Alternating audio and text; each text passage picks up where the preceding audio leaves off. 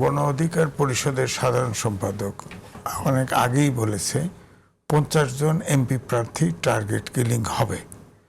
তো আজকেও আমি একটা টেলিভিশনে দেখলাম সে এটা বলছে। তো এটা কি তার কাছে জিজ্ঞেস করা হয়েছে? এবং সে বলেছে আমার কাছে তথ্য আছে। জিজ্ঞেস করে নাই। এই ধরেন হাদিকে গুলি করে নিহত করা হলো, হত্যা করা হলো, তো সে তো পায়ে হেঁটে রিকশায় চড়ে কোনো পয়সা খরচ না করে মুভ করছে, তাহলে তখন কি তাকে নিরাপত্তা দেওয়া উচিত ছিল না? দেয়নি তো। তো তারপরে আজকেও দেখেন একটা আলোচনা হয়েছে, ডক্টর মোহাম্মদ ইউনূস ওই অনুষ্ঠানে বক্তব্য দিয়েছে, সেখানে কিন্তু বিচারের কথা বলেননি। তারপর প্রথম আলো, ডেইলি স্টার, আমি বলবো যে ফেসিবাদের আওয়ামী লীগের সময় এই পত্রিকা কিন্তু প্রধানমন্ত্রী গণভবনে ব্যান্ড ছিল এবং সকল বিজ্ঞাপন সরকারি এবং যত মানে আন্তর্জাতিক প্রতিষ্ঠান সবগুলোকে নিষিদ্ধ করে বিজ্ঞাপন দেওয়া হয়নি, তারা প্রাইভেট বিজ্ঞাপনে চলেছে। তারপরে এই সরকারের কিন্তু দুটো পত্রিকাই কিন্তু ঘনিষ্ঠ, সরকার ঘনিষ্ঠ আমি বলবো, বিশেষ করে ইউনূসের সাথে খুব সম্পর্ক ঘনিষ্ঠ। এখন শাহবাগ থেকে ঘোষণা দিয়ে এই মবটা চলে গেল এত দূর এবং ইয়ার সাধারণ দুই সম্পাদকই টেলিফোন করেছে, তারা হেল্প চেয়েছে, কিন্তু হেল্প করা হয় নাই। তো আপনি খেয়াল করে দেখেন যে এখানে কিন্তু গণমাধ্যম, এই হাদি কিন্তু বলেছিল যখন প্রথম আলোর সামনে গরু জবাই করে খায় তখন বলেছিল যে এটা আমি পক্ষে না, এটা উচিত না, আপনি পারলে 10টা প্রথম আলো বার করেন, কিন্তু ওখানে সাংবাদিকতার স্বাধীনতা কেন হস্তক্ষেপ করবেন? এটার কিন্তু একটা ইন্টারন্যাশনাল ইম্প্যাক্ট আছে।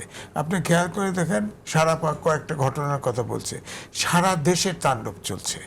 এবং এই যে প্রথম আলো, ডেইলি স্টারে ওখানে সিসিটিভি ফুটেজ আছে এবং স্বরাষ্ট্র উপদেষ্টা বলেছে যে আমরা সিসিটিভি ফুটেজ দেখে আমরা তাদেরকে গ্রেপ্তার করব। এটা তো প্রমাণ আছে। আপনি দেখেন ওখানে যে আপনার তরুণরা তো যায় নাই, শুধু আরও তো লোক আছে, তারা কারা? তাদের তো ফাইন্ড আউট করা হয় না। আপনি যে দক্ষিণপন্থী বললেন, আমার কাছে তো মনে হয় তাই। এখানে তো মান্নাবাড়ির লোক যায় নাই, এখানে তো অন্য কোনো পার্টি যায় নাই, তো তারাই তো তৌহিদি জনতা। আপনি দেখেন একটা হিন্দু ছেলেকে হত্যা করা হয়েছে, আগে পিটিয়ে হত্যা করছে, তারপরে আগুন দিয়ে পুড়িয়ে মারা হয়েছে, বলা হয়েছে আপনার ধর্ম অবমাননা। কিন্তু ধর্ম অবমাননা বললেও সে কি বলেছে কথাটা এটা কেউ জানে না। র্যাব প্রাথমিকভাবে র্যাব বলেছে, এটার কোনো প্রমাণ মেলে নাই। সে ধর্ম অবমাননা করেছে এমন কোনো প্রমাণ মেলে নাই। তার আপনার মোবাইল দেখছে এবং সাক্ষী প্রমাণ, এটা কোনো ঘটনা নেই, তাকে মেরে ফেলছে। আবার সবচেয়ে নৃশংস অবস্থা, আগুন দিয়ে পুড়িয়ে মেলেছে। সুতরাং এই অবস্থায় আপনি দেখেন সারা দেশে চিটাগাঙে হত্যা করেছে, আপনার খুলনায় কোর্টের ভিতরে 2 জনকে করছে, ঈশ্বরদীতে গুলি করেছে, এরকম সারা দেশ ব্যাপী ইলেকশন কমিশন অফিস পর্যন্ত পুড়িয়ে দিয়েছে, কাগজপত্র শেষ হয়ে গেছে। সুতরাং এখানে তো বোঝাই যাচ্ছে যে আসলে ইলেকশনটা না হোক এরকম একটা চক্রান্ত চলছে, কিন্তু এতে কোনো সন্দেহ নাই।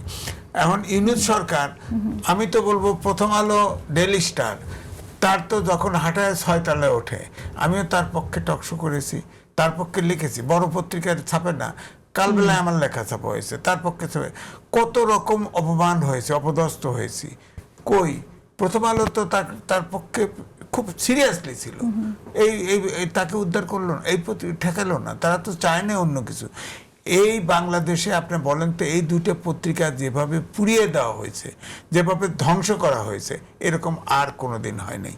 এখন ধরেন এই তাণ্ডবটা চলছে সারা বিশ্বে, এটা বিবিসি রিপোর্ট করেছে, তো বিবিসি রিপোর্ট পুরোটা পড়েছি তো, এবং এটা তো সারা বিশ্বে আমাদের দেশে যে একটা জঙ্গলি দেশ, এটাই তো প্রমাণিত হবে। দক্ষিণপন্থী কেন, পরিষ্কার নাম বলেন ইসলামপন্থী যে জোট, তারা এই তাণ্ডবটা চালাচ্ছে। নাটক করা যাবে না, পালাগন হবে না, যাত্রা হবে না, এগুলো তো চলছে। আপনি বলেন নুরুল কবির, যে পুরা 1/11-এর সময় কেউ ভয়ে কাঁপতো, সে কিন্তু টকশোতে গেছে, তাকে ধরার জন্য অনেক কিছু করছে, পারে নাই, তাকে দমন করতে পারে নাই। এখন সে আপনার সম্পাদক পরিষদের সম্পাদক, তার তো দায় আছে, একটা পত্রিকা আগুন দিয়ে ফেলছে, তার কলিগরা সাংবাদিকরা ছাদের উপরে গিয়ে আত্মরক্ষার জন্য চিৎকার করছে, সে গেছে, তাকেও হেনস্থা করা হয়েছে, কাউকে তো ছাড়ে নাই। সুতরাং এইটা তো একটা আন্ধা শক্তি, একে দমন যদি না করা হয়, প্রথম থেকে এই মব ব্যবহার করা হয়েছে, তখন এই সরকার চুপ থেকেছে।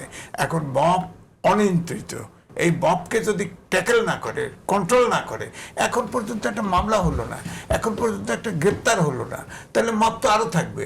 আপনি দেন সারা পা হাঁটে যাচ্ছে রাস্তা দিয়ে, পরিচিত লোক তারা ধরে হেনস্থা করতে পারে। আপনার কি মনে হয় যে যারা আসলে রেভলিউশনের কথা বললো হাদি মারা যাওয়ার পর, তারাই রেভলিউশনের কথা বলার মধ্য দিয়ে একরকম কি বলবো, যারা বিশৃঙ্খলা করেছে, মব সৃষ্টি করেছে, তারা ইন্সপায়ার্ড হয়েছে? তা তো বটেই। মব সন্ত্রাস কিন্তু আপনি খেয়াল করে দেখেন, তৌহিদি জনতা, মব সন্ত্রাস একই জিনিস, একই জিনিস। মব সন্ত্রাস যারা করে এখানেও কিন্তু তরুণরার ইনভলভ ছিল, এতে কোনো সন্দেহ নেই, পরিষ্কার বলা। তৌহিদি জনতা তো বোঝেনি, হ্যাঁ, তো এরা তো একই জায়গায় যায়। আর এই যে আপনার হাদির যে দল ছিল, মঞ্চ, সেই ইনকলাব মঞ্চ, তার লোক তো ওখানে কম দেখা গেছে, বাইরের লোক বেশি দেখা গেছে। তাদের কেন গ্রেপ্তার করার শক্তি কে নাই? আপনি বিএনপির কথা শুনলেই গ্রেপ্তার করবেন না, জামাতের কথা বললেই গ্রেপ্তার করবেন না, তাহলে রাষ্ট্রে বসে আছেন কেন? ছেড়ে দেওয়াই তো ভালো। নির্বাচন দিয়ে দিক, নির্বাচন দিলে আগে দিল না কেন নির্বাচন? এই যে সারাপা আছে, এটা তো 106 অনুচ্ছেদ, যদিও বিতর্ক আছে, 106 অনুচ্ছেদ অনুযায়ী এই রাষ্ট্রপতির কাছে ওত নিয়েছে। এটা সাংবিধানিক সরকার। সংবিধানে ছিল 3 মাসের পরে নির্বাচন, 3 মাসের ভিতরে নির্বাচন, না হলে কোনো কারণে হলে, না হলে 6 মাসে। ওই সময় যদি নির্বাচন দিয়ে দিত, তাহলে এই যে ধরেন ফ্যাসিস্ট পার্টির বিরুদ্ধে যে জনগণের যে একটা হেট্রেড ছিল, কয়টা আসন পেত? 10টা, 15টা, 20টা। এমনিতে এটা মুসলিম হয়ে যেত। এটাকে এখন ফুলে ফাঁপে বড় করা হচ্ছে। এই করে আগে দেখেন না, হাঁটতো, প্রধান উপদেষ্টা করলে আজীবন থাকেন সরকারে,